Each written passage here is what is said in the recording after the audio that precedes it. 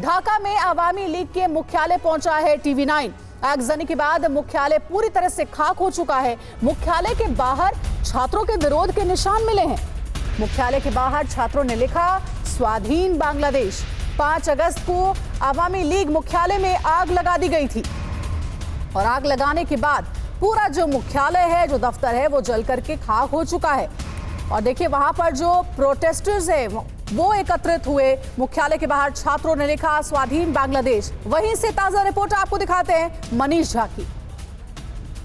इस वक्त ढाका के एक खास लोकेशन पर है, वो लोकेशन जहां से पिछले एक हफ्ता पहले तक शायद ये सबसे वीवीआईपी लोकेशन होता था। ये है जो सामने में TV9 के कैमरे पर आप देख रहे हैं, ये है अवामी लीग का पार्टी हेडक्वार्टर। जब शेख हसीना देश छोड़कर गई उसके बाद प्रदर्शनकारी सीधे यहाँ पर पहुँचे और उसके बाद देखिए ये अवामी लीग मुख्यालय है। अवामी लीग मुख्यालय जिसे कि प्रदर्शनकारियों ने आग के हवाले कर दिया था, उसकी कंडीशन को आप देख सकते हैं। उसके ठीक बगल में जो दूसरी बिल्डिंग है और उसके तीसरी बिल्डिंग, ये जो बिल्डिंग है ये पहले पुराना पार्टी मुख्यालय होता था और फिर शेख हसीना के सत्ताकाल में ये नई बिल्डिंग बनी और ये नया पार्टी मुख्यालय था, अवामी लीग का मुख्यालय। बंगबंधु एवेन्यू पर, ढाका के बंगबंधु एवेन्यू पर स्थित इस मुख्यालय को अभी आप TV9 के कैमरे पर आप देख सकते हैं। और इस वक्त गंगा, आप थोड़ा सावधानी से आइए और ये देखिए, इसमें हम जाने की भी कोशिश करते हैं और आपको दिखाते हैं, लेकिन उससे पहले आपको मैं एक और लोकेशन दिखाने की कोशिश करूंगा। वो ये है कि देखिए अवामी लीग के पार्टी मुख्यालय में आग लगाने के बाद उसके बाद छात्रों ने जो लिखा वो सबसे बड़ा संदेश था। यहाँ पर जो आप सड़क पर देख रहे हैं, बंगाली भाषा में लिखा है, स्वाधीन बांग्लादेश, यानी कि आज़ाद हो चुका बांग्लादेश। ये छात्रों का मैसेज था। दादा थोड़ा सा साइड होना। तो ये मैसेज उन्होंने ठीक मुख्यालय के सामने आग लगाने के बाद यहाँ पर लिखा है। पुराना पार्टी मुख्यालय मैंने आपको दिखाया, उसके बगल की बिल्डिंग को दिखाया, और ये जो नया पार्टी मुख्यालय है जो कई मंजिला बिल्डिंग दिखाई दे रही है उसको भी मैंने आपको दिखाया। और अब हम जा रहे हैं और मेरे कैमरा सहयोगी और मैं दोनों इस अवामी लीग के पार्टी मुख्यालय के अंदर। अब सोचिए, सत्तारूढ़ पार्टी जो 15 साल से सत्ता में थी उसकी क्या स्थिति होगी। इस वक्त TV9 पर आप एक्सक्लूसिव वो तस्वीरें देख रहे हैं। इस वक्त हम घूम रहे हैं, हम दफ्तर में मौजूद हैं, अवामी लीग के दफ्तर में मौजूद हैं और अवामी लीग के दफ्तर की ये हालत आप देखिए। इस जगह पर हम मौजूद हैं, यहाँ पर हम अलग अलग कमरे में आपको दिखा रहे हैं। आग लगाने के बाद पार्टी मुख्यालय की क्या हालत हुई थी। शेख हसीना देश छोड़कर गई, उसके तुरंत बाद प्रदर्शनकारी यहाँ पर पहुँचे, उनका गुस्सा इस पार्टी मुख्यालय पर निकला और जो अवामी लीग आज सत्ता में वापसी के लिए गोपालगंज या दूसरे इलाकों में सड़कों पर उतरी है, उसके पार्टी मुख्यालय की ये स्थिति बता रही है कि अवामी लीग के लिए आसान राह नहीं है। वो इसलिए क्योंकि चाहे BNP हो, छात्र संगठन हो या फिर, और यहाँ पर देखिए, यहाँ पर लिफ्ट की हालत देखिए। TV9 के कैमरे पर आप वो तस्वीरें देख रहे हैं। दुनिया ने अवामी लीग पार्टी मुख्यालय को आग लगते हुए देखा, लेकिन उसके बाद की कंडीशन क्या है ये देखिए। ये जो लिफ्ट वाली हालत है, यहाँ स्टेयर्स है, स्टेयर्स के जरिए हम चढ़ने की भी कोशिश करेंगे। गंगा थोड़ा सावधानी से उतर के यहाँ पर आइए। ऐसा लग रहा है जैसे मैं किसी युद्ध क्षेत्र में हूँ, उस युद्ध क्षेत्र से रिपोर्टिंग कर रहा हूँ। ठीक उस तरह की हालत, उस तरह की तबाही यहाँ पर देखते हैं, जैसे कहीं युद्ध क्षेत्र में आपको बम या मिसाइल के गिरने के बाद जो स्थिति होती है। देखिए ऐसा लग रहा है जैसे कि इंश्योर किया गया है कि इसके एक एक ईंट पर इस तरह का असर होगा। और थोड़ा और ऊपर हम चलते हैं, थोड़ा ऊपर से और दिखाने की कोशिश करेंगे। देखिए बहुमंजिला इमारत है, अवामी लीग का पार्टी का। शेख हसीना के लिए राहें कितनी मुश्किल होगी उसकी चीख कर ये गवाही देती हुई ये तस्वीरें हैं। ये तस्वीरें आपको बता रही है कि शेख हसीना हो या उनके पार्टी समर्थक हो या अवामी लीग हो, इसमें कोई दो राय नहीं कि 3-4 साल तक वो जब सरकार में रही तो उसके बाद 3-4 साल की सरकार में। अब देखिए मैं यहाँ 2nd फ्लोर पर आया हूँ, 2nd फ्लोर की भी ये स्थिति देखिए। हर फ्लोर पर इसी तरीके से आग लगाई गई, तोड़फोड़ किया गया, क्षतिग्रस्त कर दिया गया। ये गवाही देती है, ये दरअसल इस बात को बता रही है कि अवामी लीग की बर्बादी हो चुकी है। अवामी लीग की स्थिति अभी फिलहाल जो है, उनके समर्थकों की जो स्थिति है, भले ही शेख हसीना ये दावा कर रही हो, शेख हसीना के बेटे ये दावा कर रहे हैं कि अवामी लीग सत्ता में आएगी, लेकिन TV9 की टीम जो यहाँ पर मौजूद छात्रों से, लोगों से बात कर रही है, उसके बाद भी। और देखिए यहाँ से मैं दिखाने की कोशिश करता हूँ बाहर का हिस्सा भी। और ये देखिए TV9 की टीम इस वक्त जब आपको अवामी लीग पार्टी मुख्यालय के तीसरे मंजिल पर मौजूद होकर यहाँ से बाहर का भी रास्ता दिखा रही है। और जब अवामी लीग पार्टी मुख्यालय को आग लगाया गया, तोड़फोड़ की गई, तो फिर उसके बाद प्रदर्शनकारी जो सामने में दूसरी और दुकानें हैं, दूसरे और जो व्यापारिक प्रतिष्ठान हैं, उन सब को भी निशाना बनाया, उन पर भी उनका गुस्सा फूटा और वो सब तस्वीरें पूरी दुनिया ने देखी थी। लेकिन दरअसल इस तस्वीर को दिखाने के पीछे TV9 का मकसद ये है कि हम आपको बता सकें कि आज की तारीख में बांग्लादेश के हालात क्या है, आज की तारीख में अवामी लीग की क्या स्थिति है। अवामी लीग की बांग्लादेश में अभी वही स्थिति है जो TV9 के कैमरे पर इस वक्त आप देख रहे हैं। ये है अवामी लीग का स्टेटस, ये है अवामी लीग की स्थिति, उसकी ताकत और उसकी सत्ता में वापसी आने से पहले कि उनकी तमाम चुनौतियां जो इस वक्त कैमरे पर आप तस्वीरों के माध्यम से समझ सकते हैं।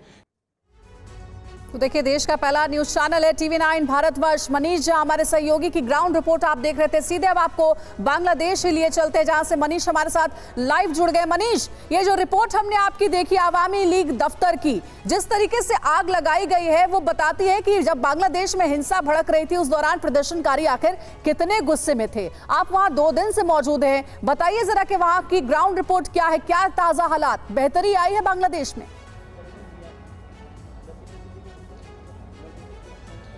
बिल्कुल अंजलि, अब हम आपको एक और लोकेशन दिखाते हैं। वो लोकेशन जो इस पूरे आंदोलन के दौरान सबसे अधिक चर्चा में रहा, वो था बांग्लादेश पुलिस हेडक्वार्टर और बांग्लादेश पुलिस के लोग। तो सबसे पहले TV9 के कैमरे पर आप बांग्लादेश हेडक्वार्टर की वो बिल्डिंग देखिए।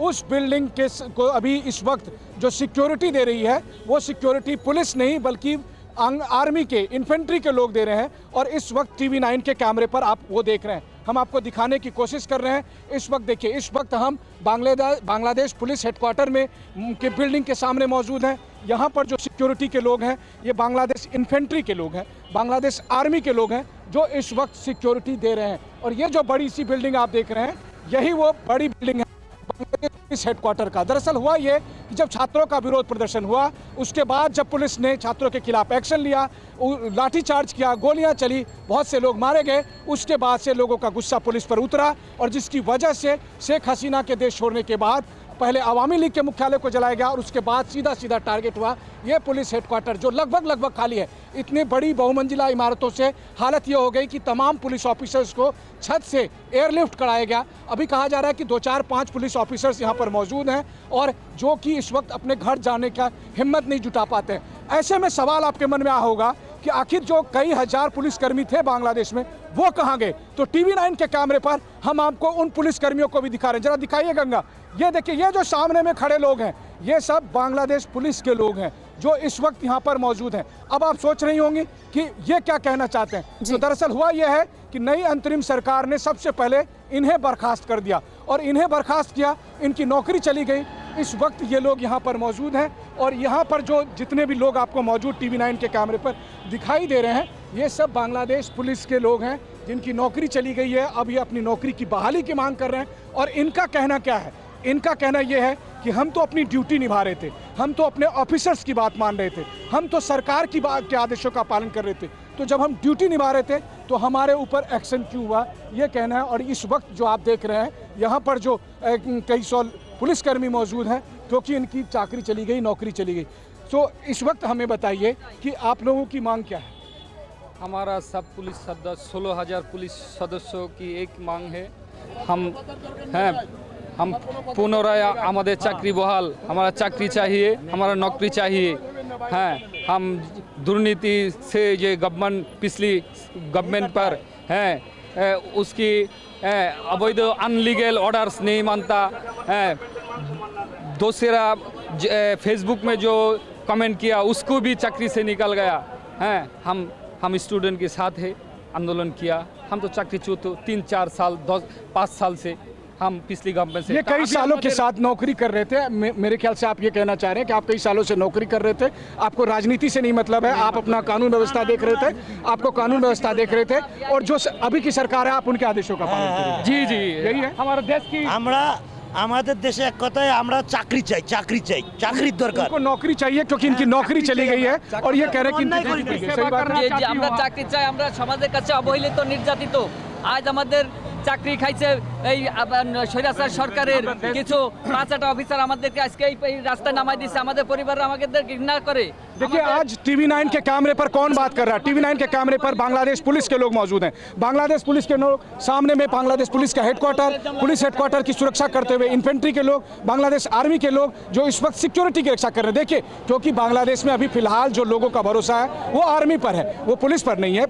पुलिस के एक्शन से वो लोग नाराज थे और उनकी वजह से सरकार ने पहला तो फिर फैसला किया। मनीष, इस इतने वक्त हम सारे लोग यहाँ पुलिस पर कर्मियों का मौजूद आखिर हैं। क्या होगा जिनकी नौकरी चली गई है, ये प्रदर्शन करने पर उतारू है? क्या नई सरकार ने कोई भरोसा इन्हें नहीं दिया है? Okay, what is your demand? আমাদের দাবি একটাই, আমরা যারা অবৈধ সরকারের আমলে যাদের চাকরি গেছে, আমাদের শুধুমাত্র এক দফা এক দাবি, আমাদের চাকরিটা ফেরত চাই। আমাদের উপরে অবিচার করা হয়েছে বিভিন্ন ছোট ছোট ইস্যুগুলো নিয়ে, আমাদেরকে বড়ভাবে দেখায়া এবং टीवी 9 के कैमरे पर इस वक्त आप बांग्लादेश पुलिस के लोग को देख रहे हैं, वो लोग जिनके एक्शन पर। What is your demand? আমাদের চাকরি ফিরাই দেওয়া লাগবে। और आप लोगों का कहना यह है कि यू आर सपोर्टिंग स्टूडेंट्स। আনলিগাল ভাবে চাকরি খেয়েছে আমাদের, সেই চাকরি আমরা ফেরত চাই। तो इनका कहना है कि इन्हें गलत तरीके से हटाया गया। इनका कहना यह है कि इन्हें राजनीति से मतलब नहीं है। इनका कहना है कि ये नई सरकार के साथ हैं। इनका कहना है कि ये स्टूडेंट्स के साथ हैं और ये सब पुलिसकर्मी इस वक्त अपनी नौकरी के लिए यहाँ पर हैं। कहाँ पर हैं? बांग्लादेश पुलिस हेडक्वार्टर में। कहाँ पर है? जहाँ पर शेख हसीना के देश छोड़ने के बाद से सभी पुलिस ऑफिसरों को जान बचाने के लिए यहाँ पर जो आप देख रहे हैं, गंगा जरा वो छत दिखाइए, वो जो बिल्डिंग की छत दिखाइए, इस छत से हेलीकॉप्टर के जरिए तमाम पुलिस ऑफिसर्स को भगाना पड़ा था। अभी भी कुछ पुलिस ऑफिसर हैं, उनकी सिक्योरिटी के लिए आर्मी लगी हुई है, बिल्डिंग की सिक्योरिटी के लिए आर्मी लगी है, लेकिन बिल्डिंग को भी नुकसान पहुंचाया गया था। प्रदर्शनकारी बिल्डिंग के अंदर भी घुसे थे और यहाँ पर भी उन्होंने एक्शन लिया था। तो न केवल पुलिस स्टेशन बल्कि पुलिस हेडक्वार्टर तक को भी निशाना में बनाया गया था। और आखिर क्यों? वो इसलिए क्योंकि जब छात्र प्रदर्शन कर रहे थे उस वक्त शेख हसीना सरकार के कहने पर पुलिस ने एक्शन लिया और उस एक्शन के खिलाफ जब शेख हसीना गई तो उस वक्त जो छात्रों का गुस्सा था, स्टूडेंट का गुस्सा था, वो पुलिस वालों पर उतरा। पुलिस को लेकर वो बेहद नाराज हैं, इसलिए आपको कहीं पुलिस वाले नहीं दिखाई दे रहे हैं। लेकिन टीवी 9 के कैमरे पर आज आप उन बांग्लादेश पुलिस के लोगों को देख रहे हैं जो एक हफ्ते से जिनके बारे में कहा जा रहा था कि वो कहाँ है, उन्हें आप अभी टीवी 9 के कैमरे पर देख पा रहे हैं। और वो इस वक्त यहाँ पर आए हैं क्योंकि इन सबको टर्मिनेट कर दिया गया 1500, 2000 या कुछ और लोग। अच्छा बताइए। हम लोग वो लोग नहीं, हम लोग वो लोग जो यहाँ से निकल के गया, हम लोग बोले क्या, हमारा चाकरी नहीं है, हमारा नौकरी नहीं है, हम लोगों का नौकरी नहीं है 10 साल से। पिछले 10 साल से हमारा नौकरी नहीं है। आपने झूठ क्यों बोला? नहीं आपने झूठ क्यों बोला? जो आप ही के लोग बता रहे हैं, आपने झूठ क्यों बोला? जो आप ही के लोग, आप बताइए क्या है? हम लोग तो कुछ ना कुछ समझते हैं हिंदी बातें, नहीं देखिए, कुछ तो समझते हैं। जो आपके लोग हमें बता रहे हैं, जो लोग वहाँ से निकल के गया वो लोग यहाँ है, वो लोग यहाँ नहीं है। आप सिर समझ नहीं पाए। मैंने वो अरे एक मिनट दादा सुनो, मैंने ये कहा नहीं दादा, सुनो, ऐसा नहीं करो। मैंने क्या कहा ये भी है, मैंने कहा कि उस समय कई पुलिस ऑफिसर्स को यहाँ से निकालना पड़ा। हाँ, अगर आप हिंदी नहीं समझते तो मैं आपकी मदद के लिए तैयार हूँ। जैसे मैं बांग्लादेश नहीं समझता हूँ तो मैं आपसे सीखता हूँ। मैंने ये कहा कि कई पुलिस ऑफिसर्स को उस समय निकालना पड़ा, लेकिन ये वो लोग हैं जो अपनी नौकरी के लिए यहाँ पर है। बिल्कुल मनीष, ताजा स्थिति वहाँ से बता रहे हैं, हमारे साथ आप जुड़े रहिएगा। मनीष देखिए, ये वो पुलिसकर्मी है कंफ्यूजन हुआ, कोई बात जिनकी नौकरी चली गई है नई सरकार जब से आई है। तो और जो ग्राउंड रिपोर्ट मनीष हमें बता रहे हैं उसमें ये भी बता रहे हैं कि जब हिंसा भड़की थी तो कैसे कई पुलिस के जो वरीय अधिकारी थे उन्हें एयरलिफ्ट करके उनकी जान बचानी पड़ी। और अभी भी जिस जगह पर मनीष मौजूद है, जिस मुख्यालय के सामने मौजूद है, वहां भी कई पुलिसकर्मी अभी फंसे हुए और उनकी सिक्योरिटी के लिए वहां की सेना को तैनात किया गया। लौटेंगे आपके पास मनीष। इधर ढाका से टीवी 9 की एक्सक्लूसिव रिपोर्ट आपको दिखाएंगे। टीवी 9 के कैमरे पर ढाका के लोगों का दावा, बांग्लादेश में सब ठीक होने में समय लगेगा। ढाका के लोगों ने हिंदू मुस्लिम भाई भाई का संदेश दिया है। तो आपको रिपोर्ट दिखाएंगे। बांग्लादेश के लोगों से बातचीत हुई है। टीवी 9 की एक्सक्लूसिव रिपोर्ट में देखिए बांग्लादेश के लोगों ने क्या कहा है। अब आगे क्या होगा इसको सबसे अधिक बेहतर तरीके से तो बांग्लादेश के लोग ही बता सकते हैं कि बांग्लादेश में अब आगे वो भविष्य किस रूप में देख रहे हैं। तो जो लोग यहाँ पर मौजूद हैं अवामी मुख्यालय के ठीक सामने में बंगबंधु एवेन्यू पर, उन सबसे ही बात करते हैं। दादा, अभी जो हालत है, अब आप लोग आगे क्या देखते हो, क्या होगा? आगे जो होगा तो सामने अच्छा ही होगा। अच्छा ही होगा। अच्छा होगा। शेख हसीना वापस आएगी? नहीं, हम कोई भी जनगण कोई मानता नहीं। बीएनपी आएगी? भी जो भी आएगा, बीएनपी आएगा, जो भी आएगा। या छात्रों की अलग पार्टी बनेगी? भी छात्र पार्टी बनी गई तो हम कह सकें नहीं, ठीक है। लेकिन जो भी आएगा अच्छा होगा। जो भी आएगा अच्छा आएगा, वक्त लगेगा। वक्त लगेगा, हाँ, जो भी आएगा अच्छा होगा, वक्त लगेगा। तो जो कुछ हुआ, जो एक और जो जिसे बांग्लादेश की दूसरी आज़ादी कहते हैं, आप लोग इसको क्या मानते हैं? ना, जो हुआ तो अच्छा ही हुआ। एक बात जो दादा हम लोगों ने देखा यहाँ पर कि पूरी दुनिया में देखा कि उस समय प्रदर्शनकारियों ने अवामी लीग को लगाया, बहुत अवामी लीग के सपोर्टर को टारगेट किया, हिंदू कम्युनिटी को टारगेट किया। तो लेकिन अभी मैं ये भी देख रहा हूँ कि हिंदू कम्युनिटी को मुस्लिम कम्युनिटी प्रोटेक्ट भी कर रही है। तो अभी क्या देखते हैं, कैसे हिंदू कम्युनिटी और मुस्लिम कम्युनिटी बांग्लादेश में एक साथ रहेंगे, कैसे रहेंगे? वो मेरा बांग्लादेश में छात्र आंदोलन था, कोठा आंदोलन था पहला। वो कोठा आंदोलन का अंदर दूसरा पार्टी इन्वॉल्व हो गया, बांग्ला को जलाओ कराओ लगा दिया।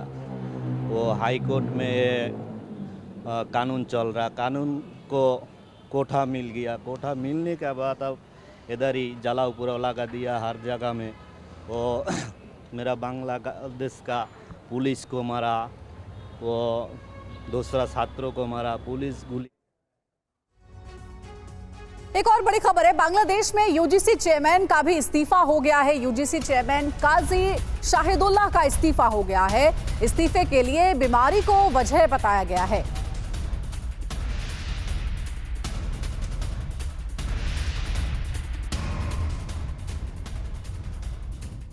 एक और अहम खबर है, हिंसा के बीच Bangladesh Securities and Exchange Commission यानी BSEC के चेयरमैन हैं प्रोफेसर शिबली रुबायत उल इस्लाम ने अपने पद से इस्तीफा दे दिया है। तो ऐसे कई इस्तीफे हो रहे हैं। शिबली रुबायत उल इस्लाम ने वित्तीय संस्थान विभाग के प्रभारी को अपना इस्तीफा भेजा है। BSEC के चेयरमैन प्रोफेसर शिबली रुबायत उल इस्लाम ने निजी कारणों का हवाला दिया है।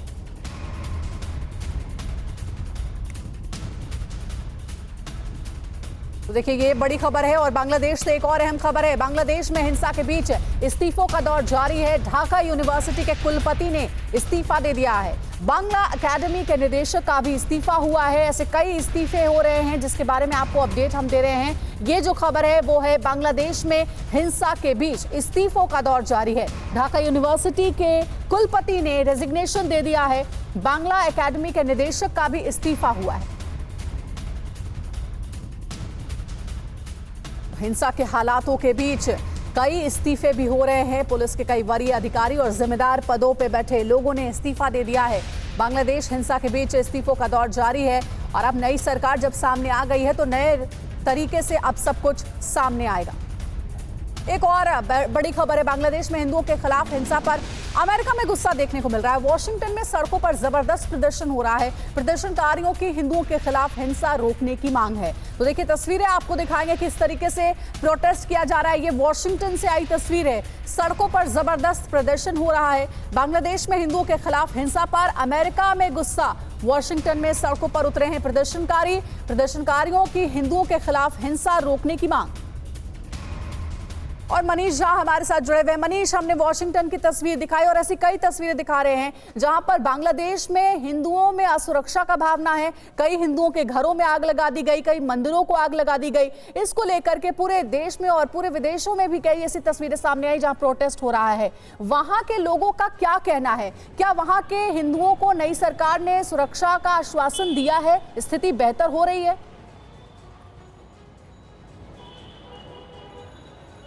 देखिए, स्थिति तो बेहतर हो रही है, इसमें कोई दो राय नहीं है। और TV9 की टीम की कोशिश ही यही है कि ग्राउंड रिपोर्ट के जरिए हम अलग अलग लोकेशन पर अलग अलग बातें आपको दिखा सके। हमने अवामी मुख्यालय में क्या हुआ वो भी दिखाया, हमने आपको पुलिस हेडक्वार्टर भी दिखाया। अब मैं बंग भवन की तरफ जा रहा हूँ जहाँ पर कि शेख हसीना रहती थी और पूरी दुनिया ने देखा कि प्रधानमंत्री आवास का फिर क्या कुछ हुआ। वहीं दूसरी तरफ देखिए, जब मैं वहाँ से आगे बढ़ रहा हूँ, अगर आप TV9 के कैमरे के जरिए देखिए, नॉर्मल लोग अब अपना काम काज कर रहे हैं, दुकानें खुली हुई है, लोग अपना जा रहे हैं, ऑफिस में भी जा रहे हैं। हाँ, ये जरूर है कि सड़कों पर ज़्यादातर जो अब आपको देखने को मिल रहा है, या तो फिर वो बांग्लादेश आर्मी या बांग्लादेश इन्फेंट्री के लोग या फिर स्टूडेंट्स हैं। पुलिस का क्या हाल है वो हमने अपनी एक रिपोर्ट में भी आपको दिखाई था। कमोबेश अगर देखा जाए तो आज की तारीख में जो बात आपने कहा हिंदू कम्युनिटी को लेकर, क्या है, हिंदू कम्युनिटी को लेकर दोनों तरह की बातें सामने को आ रही है। जो घटनाएं घटी उसमें से कुछ तो सही भी थी, कुछ हुआ भी, और कुछ के बारे में यहाँ स्थानीय लोगों का कहना है कि कुछ पुराने वीडियो के जरिए कई असामाजिक तत्वों ने इसे और बढ़ाने की कोशिश की।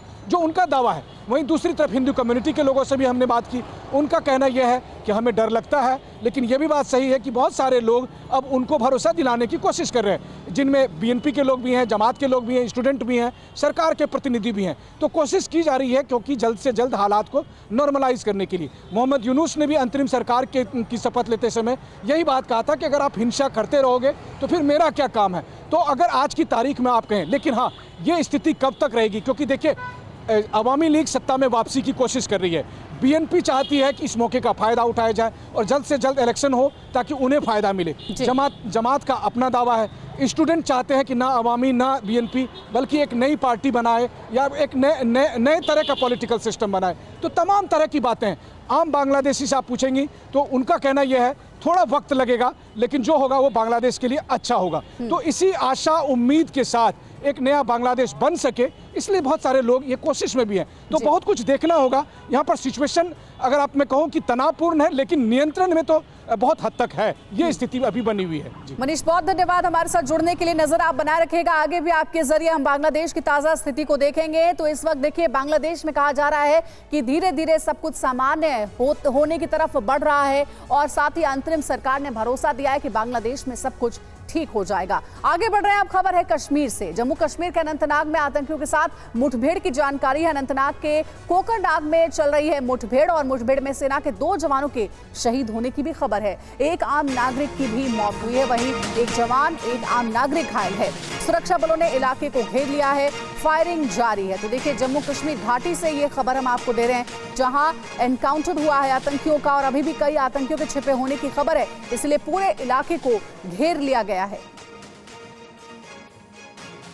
और जम्मू कश्मीर के किश्तवाड़ में भी आतंकियों से मुठभेड़ की जानकारी है। गरारी इलाके में भी आतंकियों के साथ मुठभेड़ हुई है।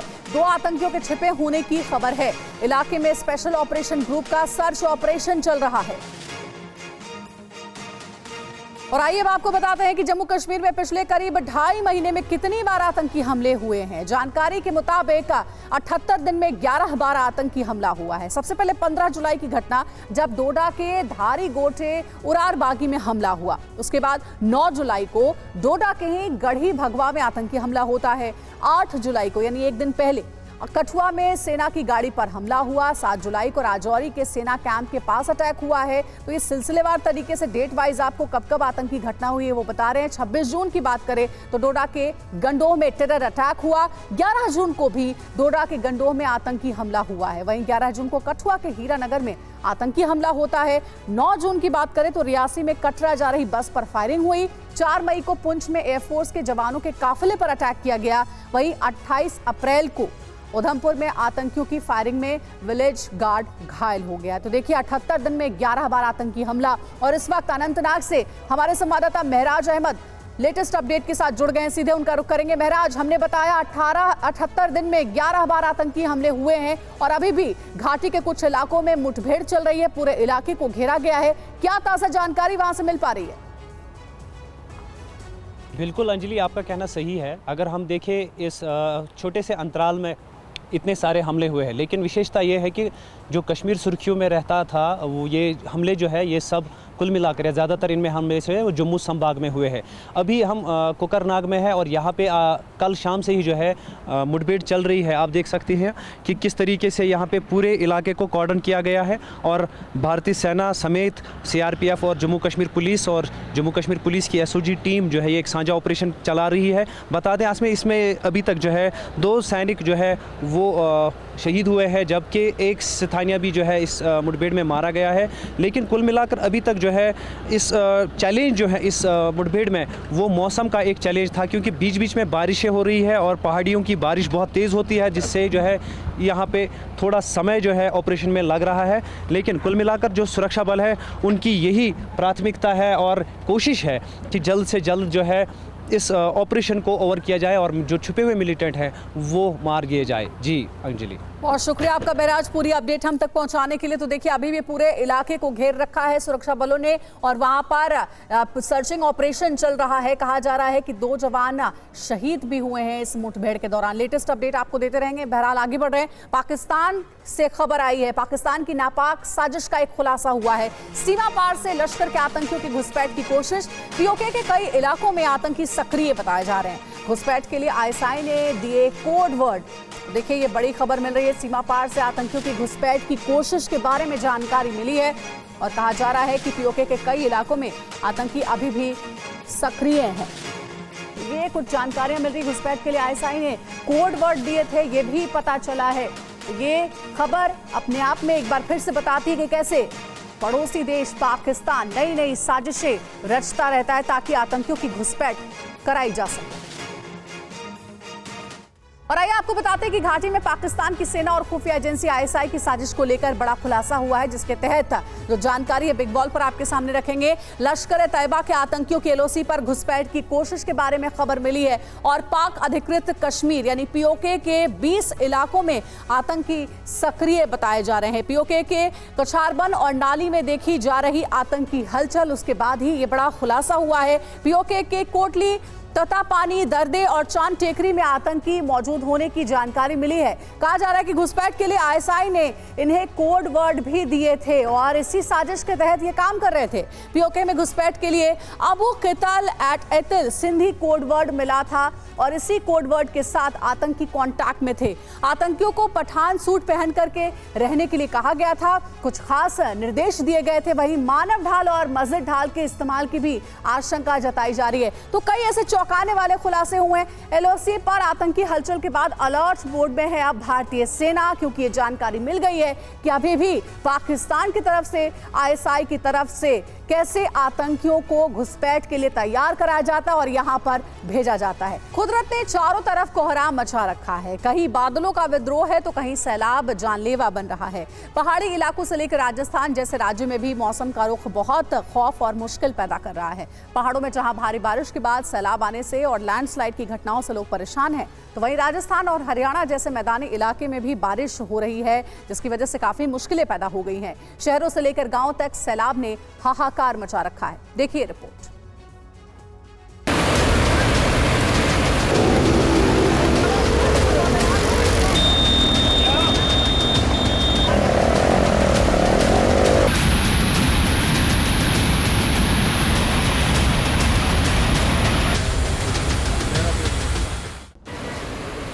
अगर आप इस समय हरिद्वार जाने का मन बना रहे हैं तो पहले ये वीडियो देख लीजिए।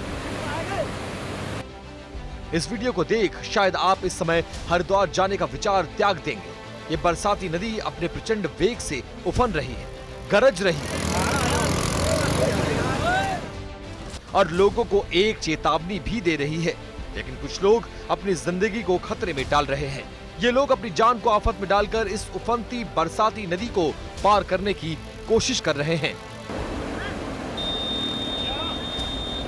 इस बरसाती धारा के रूप में कुदरत आगाह कर रहा है, उसकी लहरों से मत खेलो। लेकिन ये लोग जानकर भी अपनी जिंदगी से खेल रहे हैं और अगर उनकी किस्मत अच्छी नहीं रही तो ये सैलाब उन्हें बहा ले जाएगा और उनका पता भी नहीं चलेगा। तस्वीरों में आप खुद देखिए कैसे लोग बिना किसी परवाह के बरसाती नदी को पार कर रहे हैं। कुछ लोग पैदल पार कर रहे हैं तो कुछ युवक बाइक से सैलाब को पार करने की कोशिश कर रहे हैं। इसमें कुछ कांवड़िए भी नजर आ रहे हैं। यह तस्वीर धर्मनगरी हरिद्वार की है।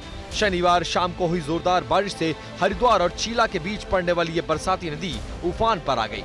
नदी के उफान पर आने से बीच सड़क पर प्रचंड वेग से पानी बहने लगा, मानो एक छोटी नदी ही अपने किनारों को तोड़कर सड़क पर चली आई हो और दोनों तरफ की आवाजाही थम गई। इस दौरान कुछ कांवड़िए और कुछ अन्य लोग जान जोखिम में डालकर बरसाती नदी को पार करने लगे।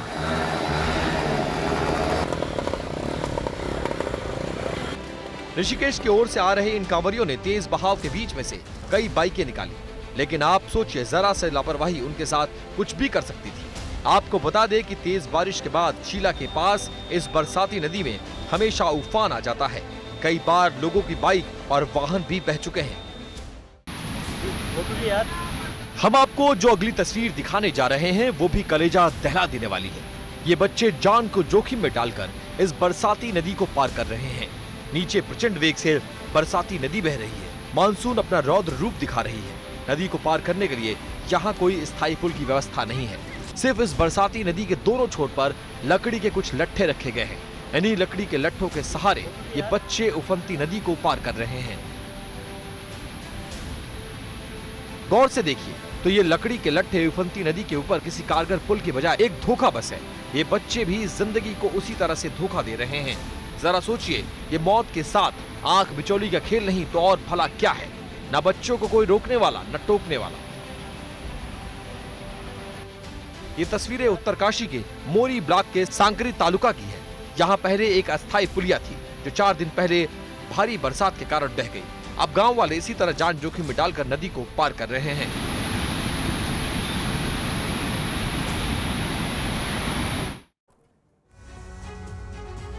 और देखिए, हिमाचल प्रदेश में इन दिनों मौसम अक्सर खराब हो रहा है। कई जगहों पर लगातार लैंडस्लाइड की घटनाएं दहशत पैदा कर रही हैं। मंडी की तस्वीर आपको दिखाएंगे। मंडी जिले में भारी बारिश के बाद लैंडस्लाइड की दिल दहला देने वाली घटना सामने आई है। पूरा वीडियो देखिए।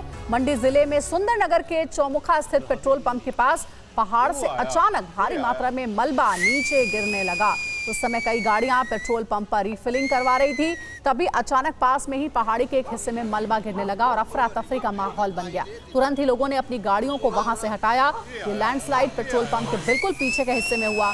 पहाड़ी से पत्थर और मलबा गिरने के चलते पेट्रोल पंप को भी नुकसान पहुंचा है। हालांकि इस घटना में कोई हताहत नहीं हुआ है। अगर समय रहते पेट्रोल पंप के कर्मचारी बाहर नहीं निकलते और वाहन सवार वहां से नहीं हट जाते तो बड़ा हादसा हो सकता था। पूरा वीडियो आप देख सकते हैं। मंडी का ये वीडियो बताया जा रहा है। आप देख पा रहे होंगे कि एक पेट्रोल पंप है और पेट्रोल पंप के ठीक ऊपर पहाड़ कैसे दरक करके नीचे गिर रहे हैं। भारी मात्रा में पहाड़ गिरने की ये तस्वीर कैद हुई है कैमरे में। मलबा गिर रहा था और उस दौरान कई गाड़ियां पेट्रोल पंप पर रिफिलिंग के लिए पहुंची हुई थी। किसी तरह से लोगों ने समय रहते वहां से हटकर अपनी जान बचाई। और अब सिरमौर की तस्वीर आपको दिखाएंगे। हिमाचल प्रदेश के सिरमौर में भी लैंडस्लाइड से भारी नुकसान की खबर है। भारी बारिश के बाद नेशनल हाईवे 707 पर बहुत खतरनाक लैंडस्लाइड हुआ है। इसकी वजह से नेशनल हाईवे पर आवाजाही बंद हो गई है। सड़क के दोनों ओर वाहनों की लंबी कतारें लग गई हैं। इतना ही नहीं, लैंडस्लाइड से सड़क का नामो निशान ही खत्म हो गया है। इस लैंडस्लाइड के बाद करीब 100 गांव का संपर्क टूट गया है। लोगों को काफी परेशानी हो रही है। लोगों का कहना है कि चिलोन के पास यहां पहाड़ से लगातार पत्थर और मलबा गिर रहा है। लगातार लैंडस्लाइड की वजह से लोग जान हथेली पर रखकर सफर करने को मजबूर हैं। स्थानीय लोगों का ये मानना है कि नेशनल हाईवे 707 पर इस जगह पहाड़ के पास बहुत घुमावदार रास्ता भी है। ऐसे में यहाँ लैंडस्लाइड होने से खतरा काफी बढ़ जाता है।